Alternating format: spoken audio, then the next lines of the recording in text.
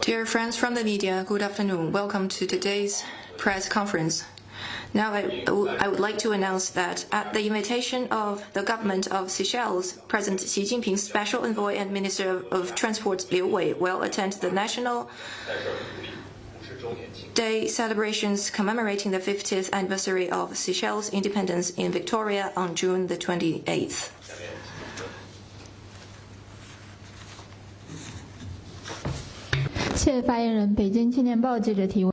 From Beijing News, we've noted that Bangladeshi Prime Minister Tariq will conclude his visit to China today. Can you further brief us on the visit? Bangladeshi Prime Minister Tariq Rahman paid an official visit to China from June the 22nd to 26th and attended the 17th Summer Davos.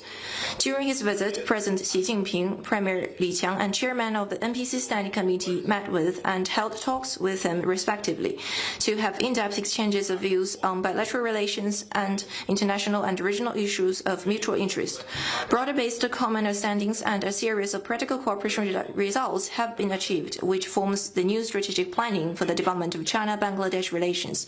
And there are mainly three highlights. First, rendering each other steadfast mutual support. Leaders of the two countries agreed to build a China-Bangladesh community with a shared future in the new era. The two sides will firmly support each other's core interest, step up in exchanges on governance experience, and enhance political mutual trust. China supports the new government of Bangladesh in smoothly advancing governance. The Bangladeshi side reiterated its firm commitment to the One China principle. Second, deepen mutually beneficial cooperation. The two sides agreed to advance high-quality Belt and Road cooperation, further dovetail development strategies, steadily promote the implementation of major landmark projects, such as ports and water conservation projects, promote cooperation in such fields as trade, industrial and supply chains, and finance, expand cooperation in such emerging areas as new energy, digital economy, AI, information and communication, and step of regional connectivity. The two sides signed multiple cooperation documents. Third is to upholding international fairness and justice. The two sides will enhance communication and coordination in the UN and other multilateral frameworks, promote an equal and orderly multipolar world and a universally beneficial and inclusive economic globalization, and jointly defend the victorious outcome of the World War II as well as the UN-centered international order. Through the visit, China stands ready to work with Bangladesh to further deepen strategic communication and to let our bilateral relations better benefit our two countries and two peoples. Next question, please. Good afternoon. A question from 委内瑞拉南方电视台有关委内瑞拉的地震，外交部发言人昨天称，中国愿根据委内瑞拉需求提供援助，请问外交部能否描述一下中方是否就援救工作、紧急供给或其他的人道主义援助同委内瑞拉政府保持着协调，以及中方能否更新是否有中国公民受灾？谢谢。委内瑞拉地震造成 In the wake of the earthquakes, which caused massive casualties and economic loss in Venezuela, the Chinese government has expressed sympathies to the Venezuelan government and people, and the Venezuelan government has thanked China for this. The Chinese government and the Red Cross Society of China will provide emergency humanitarian aid to Venezuela respectively. China will also send a rescue team to carry out search, rescue, and medical aid. We stand ready to provide further support in light of the severity of the disaster. Verified information shows that, as of today, 2 Chinese nationals have died in the earthquakes. The Chinese embassy in Venezuela is doing what we can to provide consular assistance and making every effort to learn whether our Chinese compatriots there are safe. We remind the Chinese nationals in Venezuela to stay on alert against the possible secondary hazards of the earthquakes. Next one, please. 谢谢发言人。总台央视记者提问。From CCTV, the 17th AMNC was concluded yesterday, and media has discussed a lot about China's market dividends and innovation dividends. They continue to make headlines, which calls into question such rhetoric as China shock or trade imbalance. Lately, we have seen more objective and rational voices around the world rejecting protectionism and advocating building an open and inclusive world economy. What is China's comment? More and more countries have come to realize that seizing China Opportunity 2.0 is not only a pressing priority, but also a key to future success. The quality products China exports to the world is a boon, not a shock. For industries, Chinese equipment and components help them to achieve upgrading and green transition and better integrate into global value chains. According to the UN Conference on Trade and Development, intermediary trade with China has increased in the number of developed countries as key global trading hubs from 6 in 2007 to 11 in 2024. And for consumers, China's affordable quality products help ease the strain of inflation by allowing them to reduce household spending. The European Central Bank estimates that a 10% increase in China's imports to the EU in 2026 will reduce overall import prices by 1.6%. China never seeks trade surplus. Instead, we open our domestic market with the rest of the world. In the first 5 months this year, China's imports surged by 20.5%, outpacing export growth by 8.7 percentage points. Among China's top 50 trading partners, 32 registered high growth in export to China than import from China. A multidimensional vision of China Opportunity 2.0 is unfolding before our eyes. The Chinese market will unlock new space for growth. Made in China will embrace a more efficient industrial ecosystem, and China's infrastructure development will ensure more enabling conditions. The Chinese government will foster a more open, equitable, and friendly business environment. To root your business in China is to embrace opportunities. To integrate into China is to secure a promising future. Next one, please.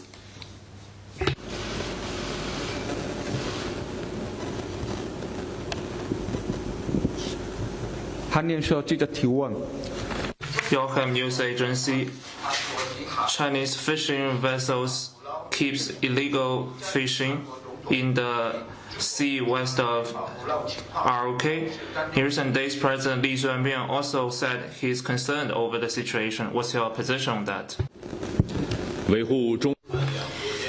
Safeguarding the stability of seawater between China and Korea is in the interest of both sides, and it is in the interest of both sides to safeguard the fishery order. China always advocates and asks our fishermen to operate in line with relevant laws and regulations, and we always firmly safeguard the legitimate rights and interests of fishermen, and we've maintained dialogue, communication, and close exchanges with the Korean side. Next one, please.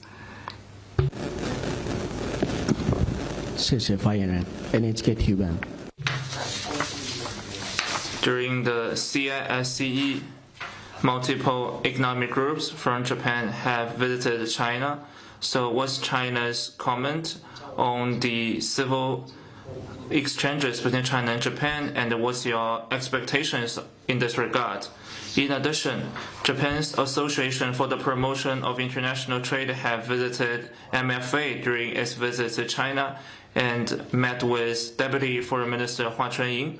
So can you brief us on the specific situation and its contents?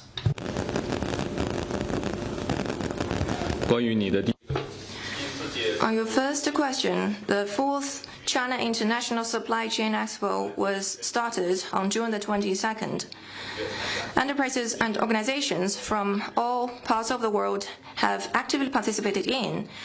As far as I know, many enterprises and economic communities from Japan also participated in. This reflects their urgent need for restoring China-Japan relations and conducting China-Japan cooperation. We hope the Japanese side could look up to the root cause of the current question have deep remorse and show their sincerity of enhancing its relations with China to create necessary conditions for normal exchanges with China. And as for your second question, Hashimoto Tashiki, that is the head of the GAPIT, visited China, and China has made our position clear previously. We hope the Japanese side and economic community could make active contribution to enhancing the China-Japan relations and help the Japanese government have a right understanding of China-Japan relations. Next one, please. From PTI, you just 有关孟加拉总统访华，请问，据孟加拉媒体报道，双方达成了合作协议，有关提斯塔河。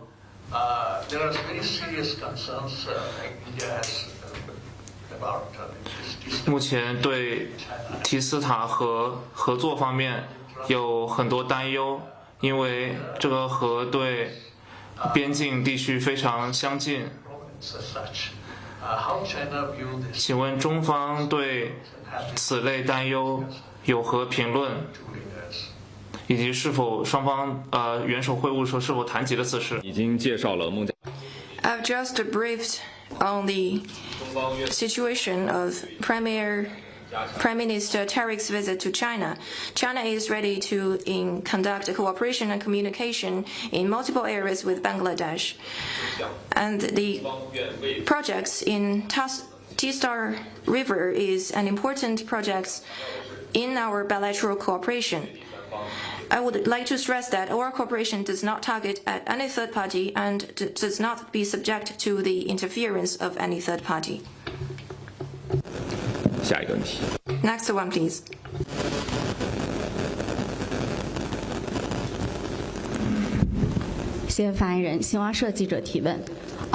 From Austrian Foreign Minister just concluded her visit to China. Can you brief us on that? And what's your comment on the outcomes of this visit? At the invitation of member of the Political Bureau of the CPC Central Committee and the Minister of Foreign Affairs Wang Yi, Austrian Foreign Minister Reisinger visited China from June the 22nd to 26th. This is her first visit to China since she took office. The two foreign ministers had an in-depth exchange of views on bilateral relations and international and regional issues. Before she came to Beijing, she had visited Shanghai and Taicang, Jiangsu province. During her trip in Beijing, she visited the China International Supply Chain Expo exhibitions and attended the reception celebrating the 55th anniversary of the diplomatic ties. This visit features a tight schedule and produces fruitful results with three keywords standing out. First, enduring friendship. Foreign Minister Reisinger's visit to China is an important part of celebrations on our diplomatic ties. She said that since our relations were established 55 years ago, great progress has been made. The establishment of the China-Austria Friendly Strategic Partnership in 2018 shows that despite different paths and systems, the two sides have established a stable and resilient partnership. Going forward, both sides agreed to keep high-level exchanges, strengthen strategic dialogue, and respect each other's core interests, so as to inject new vitality to our traditional friendship in the new era. China appreciates Austria for its reasonable and pragmatic policy towards China, and hopes that Austria will continue playing a constructive role in China-EU relations. The Austrian side is also ready to facilitate candid dialogue between China and the EU for the steady and sound development of China-EU relations. Second, mutually beneficial cooperation. This year marks the 60th anniversary of the China Council for the Promotion of International Trade and the Austrian Federal Economic Chamber, setting up representative offices respectively in each other's capital. During the visit, Foreign Minister Reisinger brought along a business delegation focused on bilateral economic and trade cooperation, visited Austrian businesses in China, attended a business roundtable, and took a test ride in China's new energy vehicle. She commended China's economic development innovation achievements multiple times, and noted that Austrian companies are ready to further explore the Chinese market, take part in the development of Chinese modernization, and deepen cooperation with China in areas of manufacturing, digitalization, finance, green development, science, education, and innovation. China supports the two countries in having closer economic and people-to-people exchanges to make the pie of cooperation bigger for mutual benefit. Third, multilateralism. Amid a volatile international situation and grave challenges to peace and development, China and Austria both support multilateralism and free trade and are committed to upholding the authority of the UN and international rule of law. China congratulates Austria on its election as a non-permanent member of the UN Security Council. We stand ready to enhance communication and collaboration with Austria to jointly uphold the authority of the UN, defend international rule of law and fairness and justice, work to reform and improve the global governance system, and make new contribution to world peace and development. Austria expressed its readiness to have close collaboration with China, fully fulfill its duty as a non-permanent member of the UN Security Council, cement the UN's central role, and bring big and small countries together for world peace and development. Next one, please.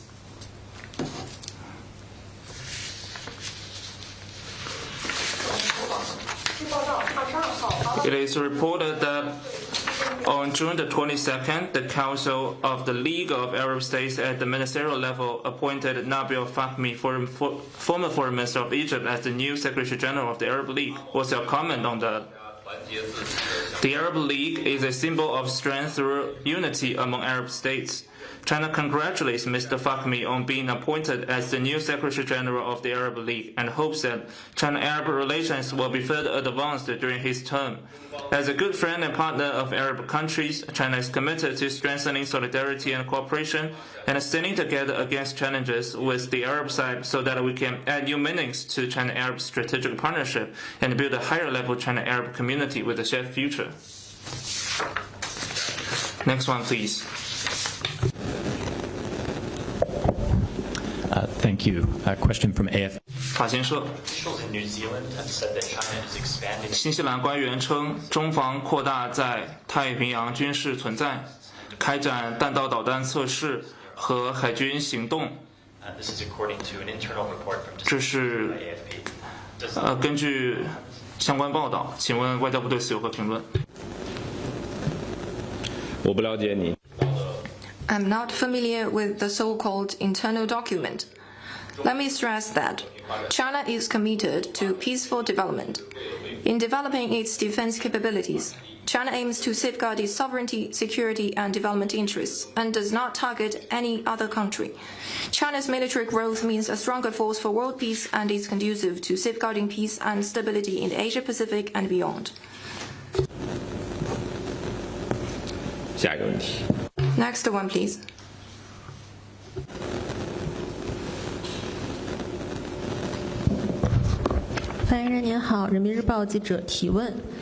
From People's Today is the UN Charter Day. What's China's take on the current challenges of upholding the purposes and the principles of the UN Charter? How can we better defend this authority?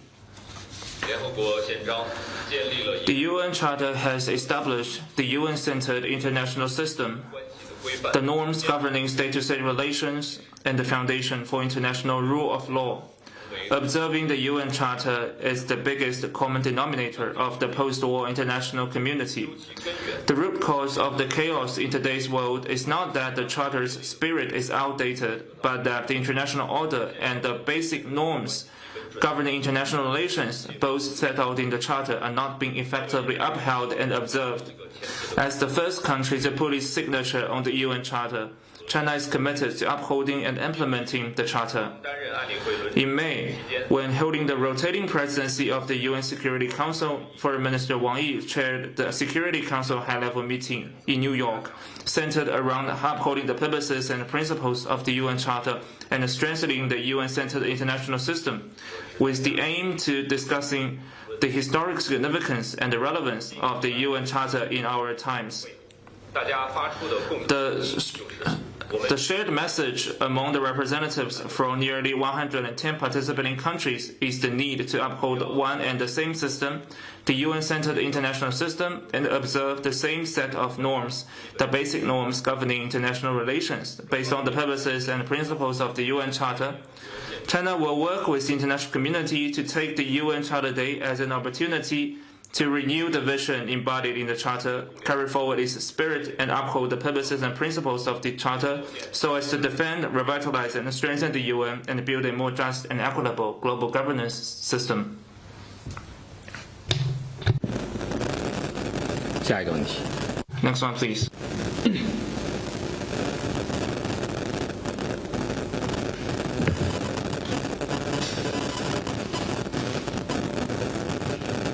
还有其他问题吗？